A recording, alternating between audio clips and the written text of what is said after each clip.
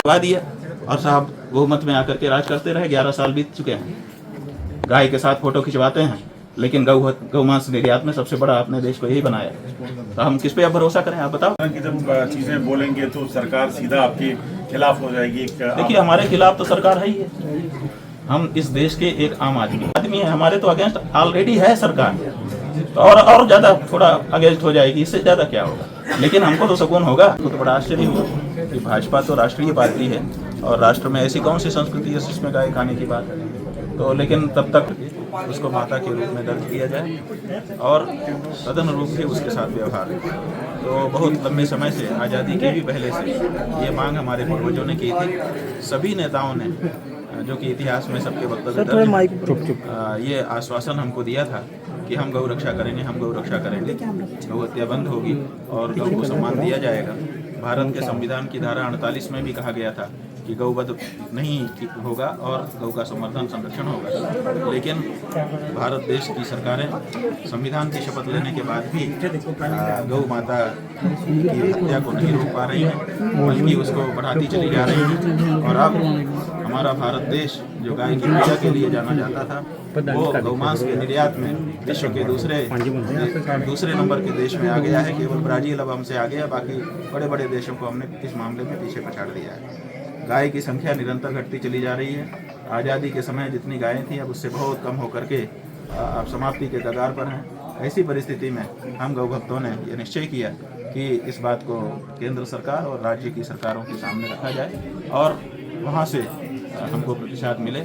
हमें प्रसन्नता है कि हमारी इसी यात्रा के दौरान महाराष्ट्र के शिंदे सरकार, जो एकनाथ शिंदे जी हैं, उन्होंने गाय को राज्य माता के रूप में कैबिनेट का प्रस्ताव करके अध्यादेश जारी करवा दिया।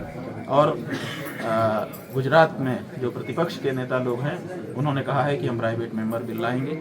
और राजस्थान के 40 विधायकों ने हमको पत्र सौंपा है, जिसमें उन्होंने अपने मुख्यमंत्री से मांग की है कि गौ माता को राज्य माता घोषित किया जाए। और इसी तरह से दूसरे राज्यों से भी अच्छे समाचार मिल रहे हैं। बहुत उत्साह के साथ लोग इस यात्रा से जुड़ रहे हैं। तो इसी क्रम में हम आज जम्मू कश्मीर में भी आए हैं। जम्मू कश्मीर में भी रणवीर दंड संहिता जब तक लागू थी, 1932 ईस्वी से, आज़ादी के पहले से भी रणवीर दंड संहिता के अंतर्गत गौ मांस को रखना, गाय की हत्या करना और उसका व्यापार करना, ये सब बहुत ही दंडनीय अपराध था। लेकिन धारा 370 हटाने के नाम पर रणवीर संहिता की उस धारा को हटा दिया गया और अब 2019 ईस्वी से जम्मू कश्मीर राज्य में गौ हत्या पे जो कोई पाबंदी थी वो सदा के लिए हट गई। अब यहाँ पर कोई भी रोक नहीं है। तो ये दुखद है। यहाँ की जो जनता है, चाहे वो हिंदू हो चाहे मुस्लिम हो, सब गाय के प्रति अच्छी भावना रखते हैं। और यहाँ के लोगों को लंबे समय से, क्योंकि इस प्रदेश में गौ हत्या पर पाबंदी थी, गौ मांस के उपभोग पर पाबंदी थी, तो यहाँ के लोगों को ऐसी कोई आदत भी नहीं है। तो ऐसी स्थिति में हम चाहते हैं कि बुरी आदत लगने से पहले पुनः जो रणवीर संहिता की ये गौ रक्षा के बारे में धारा थी, उसको फिर से शामिल किया जाए और जम्मू कश्मीर वो राज्य बने जिसमें गौ माता को माता का सम्मान मिले। गौशाला के प्रांगण में हमने गौ प्रतिष्ठा ध्वज की स्थापना की है और यहाँ के लोगों को संबोधित किया है और बहुत अच्छा लोगों का प्रतिशत मिला। आप जम्मू कश्मीर में नई सरकार बनी है, उनसे भी ये आग्रह करने वाले हैं कि गौ माता का स्थान जो है वो दिया जाए गाय को? जी, हम अभी हमारी 4-5 दिन की और यात्रा शेष है।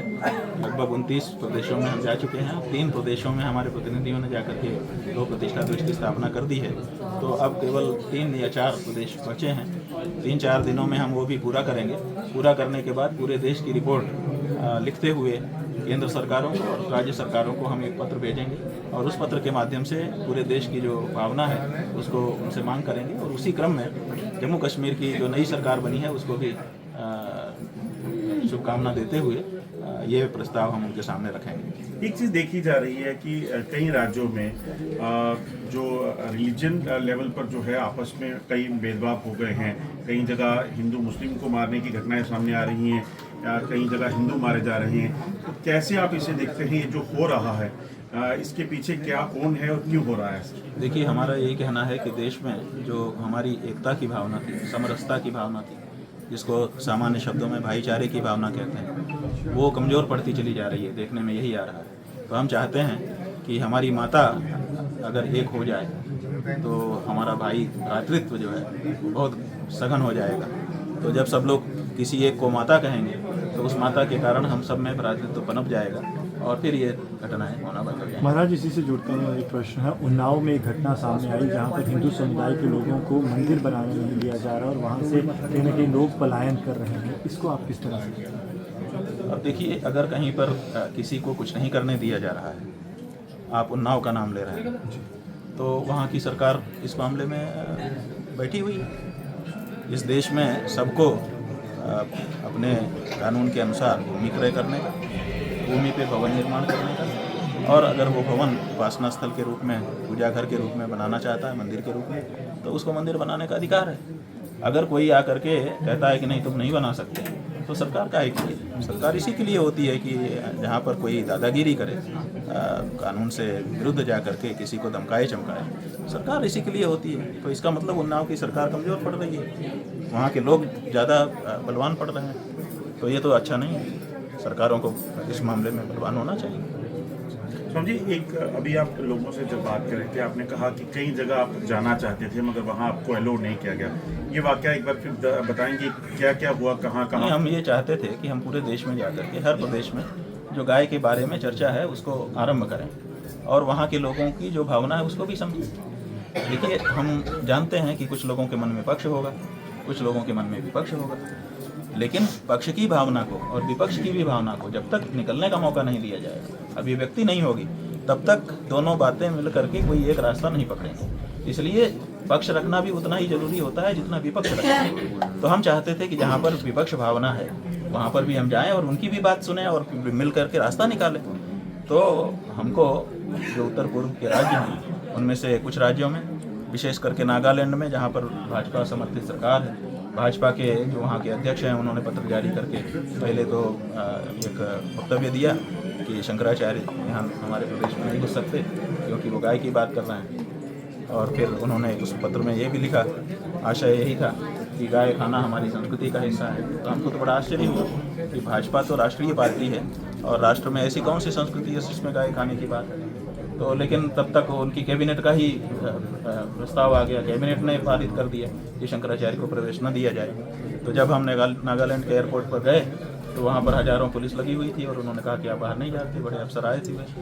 हमने उनसे पूछा कि बताइए आप क्यों हमको रोक रहे हैं, कारण? तो उन्होंने कहा कि लॉ एंड ऑर्डर खराब हो जाएगा, इसके लिए लॉ एंड ऑर्डर को मेंटेन रखने के लिए हम आपको रोक रहे हैं। हमने उनसे कहा कि लॉ एंड ऑर्डर क्यों खराब हो जाएगा? हमने जब नागालैंड के खिलाफ कोई शब्द बोला ही नहीं, नागालैंड के खिलाफ कोई काम किया ही नहीं, नागालैंड की जनता को, नागालैंड की संस्कृति को, नागालैंड की सरकार को, नागालैंड के किसी व्यक्ति को हमने कुछ जब कहा ही नहीं, तो क्यों लॉ एंड ऑर्डर खराब होगा? और अगर आपके पास कोई रिकॉर्ड हो कि हमने कहीं पर वक्तव्य दिया हो, कहीं पर हमने लिखा हो, कहीं पर हमने पढ़ा हो, आप ऐसा कोई हो तो हमको दिखाइए। तो ऑफिसर बोले कि हमारे पास तो ऐसा कोई रिकॉर्ड नहीं है, आपने तो कभी ऐसा कुछ नहीं कहा और ना किया। तो हमने कहा, तब बोले साहब हम नहीं कह सकते, हमारे पास तो चूंकि ऑर्डर है तो हम तो ऑर्डर का कंप्लायंस करेंगे। हमने कहा ठीक है, हम आपकी मजबूरी समझते हैं क्योंकि आप अधिकारी हैं, आदेश का पालन ही आपकी प्रकृति है, इससे ज़्यादा आपकी विवेक तो है नहीं आप में, आप मुख्यमंत्री से बात कराइए। तो उन्होंने कहा कि हम मुख्यमंत्री से डायरेक्ट कैसे बात करा सकते हैं, हमारे बस में वो भी नहीं है। हमने कहा तो आप किसी जिम्मेदार व्यक्ति से बात कराइए जो एक हमसे बात कर सकता हो, हमें पता तो चले कि हमारा अपराध क्या है, कि हम अपने ही देश में, इस देश के नागरिक होने के नाते भारत के हर प्रदेश में जाने का और एक धर्मगुरु होने के नाते भारत के संविधान में प्रदत्त अधिकारों के अनुसार अपने धर्म का प्रचार करने का। यहाँ तक कि अगर हम दूसरे धर्म की कोई बुराई भी अपने धर्म के प्रचार के लिए करते हैं तो वो भी मतलब अनुमन्य है हमारे संविधान में, यहाँ तक छूट मिली हुई। तो हम तो ऐसा कुछ कर ही नहीं रहे हैं, अपने धर्म की बात कहने में, अपने हृदय की बात कहने में हमको रोक नहीं है, आप जाने दीजिए। तो उन्होंने कहा साहब हम कह नहीं सकते हैं और कोई व्यक्ति आपसे बात करने के लिए हम नहीं ला सकते हैं, हम तो अपना आदेश पालन करेंगे। तो हमने कहा नहीं, हम तो बात किए बिना नहीं जाएंगे। तो उन्होंने कहा कि ऐसा करिए कि आप अपना वीडियो रिकॉर्डिंग और एक पत्र हमको दे दीजिए तो हम मुख्यमंत्री जी के पास पहुंचा देंगे। तो हमने वो बना दिया, बना करके अपनी बात पूछी और कहा कि 7 दिन के अंदर इसका उत्तर दीजिए। लेकिन वो 7 दिन तो कब के बीत गए, अभी तक तो हमारे पास कोई उत्तर नहीं आया। तो ये जो सरकारें हैं ये जनभावना को अनदेखी कर रही हैं, अपना स्वयं का, अपने हृदय का एजेंडा चला रही हैं और जनता का एजेंडा नहीं चला रही हैं। और नागालैंड से हजारों लोगों ने उसके बाद अलग अलग तरह से हमसे संपर्क किया और कहा कि आप आइए। तो वहाँ की जो जनता है जब वो हमको बुला रही है, उसके बाद भी आप हमको क्यों रोकते? लेकिन फिर भी सरकारें रोक रही हैं। इसका मतलब है कि सरकारें जन भावना के अनुरूप नहीं बल्कि अपने एजेंडे पर अपना काम करना चाहती हैं। आपने कहा कि लोगों को चाहिए वोट से चोट करें, लगता नहीं आप इस तरह की जब चीज़ें बोलेंगे तो सरकार सीधा आपके खिलाफ हो जाएगी? देखिए, हमारे खिलाफ तो सरकार है ही है। हम इस देश के एक आम आदमी हैं, ठीक है। आम आदमी के खिलाफ ही तो है सरकार। किस आम आदमी के पक्ष में कौन सी सरकार खड़ी है? कोई एक उदाहरण बता दो आप। एक उदाहरण नहीं बता सकोगे आप लोग। इवन मीडिया, जब तक हाई प्रोफाइल मामला नहीं होता है आपका कैमरा भी नहीं चलता है। जब कोई हाई प्रोफाइल बात होगी, हम गए अंबानी की विवाह में तो मीडिया ने हमसे सवाल किया कि आप अंबानी के विवाह में क्यों जाते, गरीब के घर में क्यों नहीं जाते? हमने कहा हम 1000 गरीब के घर गए, तुम्हारा कैमरा वहाँ क्यों नहीं था? क्योंकि तुम गरीब के घर को कवर नहीं करते हो। तुम मीडिया वहाँ पे हमने नहीं बुलाया था, फिर भी खड़े थे। तो समस्या ये है कि मीडिया भी, सरकारें भी हाई प्रोफाइल मामले को देखती हैं, आम आदमी की बात को देखती ही नहीं। आम आदमी के तो अगेंस्ट ही हैं। तो हम तो आम आदमी हैं, हमारे तो अगेंस्ट ऑलरेडी है सरकार। तो और ज़्यादा थोड़ा अगेंस्ट हो जाएगी, इससे ज़्यादा क्या होगा? लेकिन हमको तो सुकून होगा कि हम जो सच है वो कह रहे हैं, और वोट देना हमारा अधिकार है, और अपने आसपास के लोगों में बात करना उस बारे में हमारा अधिकार है कि हम लोग कैसे किसको वोट देंगे। तो अगर हम अपने लोगों के बीच में बैठ कर के ये तय करते हैं कि अब इसको किसको वोट देना है, किसको नहीं देना है, तो इसमें किसको क्या दिक्कत है? और हमारा अधिकार है, हम जिसको चाहेंगे उसको वोट देंगे, जिसको चाहेंगे नहीं देंगे, और इनकार भी अपना सार्वजनिक करेंगे। तो ये हमारे अधिकार हैं और हम उसको कर रहे हैं। और वोट पर चोट किए बिना होगा नहीं। 78 साल से हमने नेताओं पर और पार्टियों पर भरोसा किया है। 78 साल बहुत बड़ा लंबा समय होता है भैया, 4-5 पीढ़ी हमारी बीत गई, और हम सोच रहे हैं ये कर देंगे, ये कर देंगे, ये कर देंगे, ये कर देंगे। ये महाराज आए थे, इन्होंने कहा कि गुलाबी रंग देख करके तुम्हारा दिल दुखता कि नहीं? मेरा तो दुखता है। तो हम लोगों ने समझा कि इससे बड़ा गौभक्त कौन होगा। टप टप टप बटन दबा दिया और साहब बहुमत में आकर के राज करते रहे। 11 साल बीत चुके हैं। गाय के साथ फोटो खिंचवाते हैं, लेकिन गौमांस निर्यात में सबसे बड़ा अपने देश को यही बनाया। तो हम किस पे अब भरोसा करें, आप बताओ? तो आखिर हम किस नेता पे और किस पार्टी पे भरोसा करें? अब हमारा भरोसा केवल मतदाता पर है। अब मतदाता को हम जगा रहे हैं। अब आप कहें कि उसको भी नहीं जगाइए, तो ये नहीं हो सकता है। वो तो हमारा अधिकार है, उसको करने दीजिए, और वो हम करेंगे। और 33 करोड़ कम से कम खड़ा कर देंगे जो गाय के लिए वोट करने वाले लोग होंगे। इस देश की हर पार्टी को गौभक्त बनना पड़ेगा। 33 करोड़ वोट हम खड़ा करेंगे। एक सवाल जम्मू कश्मीर को लेकर है। जम्मू कश्मीर में लगातार आतंकी घटनाएं बढ़ रही हैं। दूसरी अहम चीज़ की अभी 2 दिन पहले ही एक घटना हुई है, गांदरबल में हमला हुआ है। क्या लगता है पड़ोसी देश के साथ जो ताल्लुकात बने हैं वो ना कभी बेहतर हो पाए और ना ही कभी ऐसा हो पाया कि आतंकी हमले रुकें? क्या लगता है, क्या कार्रवाई सरकार को इस पर करनी चाहिए? नहीं, देखिए, पड़ोसी देश के साथ संबंध, संपर्क बनाना या बिगाड़ना, ये तो सरकार की अपनी इच्छा शक्ति है। हमको अगर आपसे अच्छा संबंध रखना है तो हम वैसा व्यवहार करेंगे। बिगाड़ना है तो हम व्यवहार बदल लेंगे, तुरंत बिगड़ जाएगा। और ज़्यादा बिगाड़ना है, आपको गुस्सा करना है, 2 ठो वाक्य बोल देंगे, आप आवेश में आ जाओगे। ये तो हमारे ऊपर निर्भर करता है कि हम किससे कैसा संबंध रखेंगे। वो एक अलग बात है। भारत की क्या पॉलिसी है अपने पड़ोसी देशों के साथ, विदेशों के साथ, वो उसमें हम नहीं जाना चाहेंगे। वो विदेश नीति का हिस्सा है, भारत देश अपना कर रहा होगा। लेकिन अपने ही देश में आतंकवादी दूसरे देश से आए, घुस करके वो रह करके यहाँ पे लोगों को बरगला दे और उसके बाद वारदात कर दे, ये सब जो होता है ये हम बिल्कुल नहीं स्वीकार करते हैं। इसका मतलब सरकार की कमजोरी है। ये सरकारें जो है इसका मतलब कहीं ना कहीं सम्मिलित हैं। अन्यथा हमारे पास सेना है, हमारे पास शासन है, हमारे पास फंड है, हमारे पास गुप्तचर हैं, हमारे पास पब्लिक भी ऐसी है जो सपोर्टिव है। फिर क्या कमी है? क्यों हम इनको नहीं रोक पाते ऐसी घटनाओं को? और फिर ये घटनाएं कभी कभी मौसम जैसा आता है, कभी कभी एकदम शांत हो जाती हैं, कभी कभी एकदम तेज हो जाती हैं। तो मौसम क्यों आता है? इसका मतलब कि कोई बड़ा व्यक्ति है जो इशारा करता है कि ओके, और फिर इशारा करता है कि थोड़ा रुको।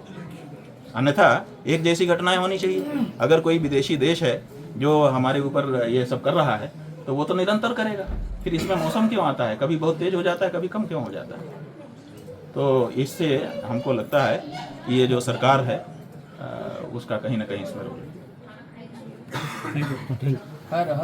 आपको हम बताना चाहेंगे कि हम छत्तीसगढ़ गए थे। वहाँ पर कुछ इलाका छत्तीसगढ़ का नक्सली घोषित है। तो एक थानेदार हमारे पास आया दर्शन करने के लिए और बातें हो रही थी। तो उसने हमसे कहा कि महाराज जी हमारे थाने को नक्सली घोषित करवा दीजिए। तो हम चौंक गए, हमने कहा क्यों भैया, तुम्हारे ये तो हम बचे हैं जितने थाने, अच्छा है।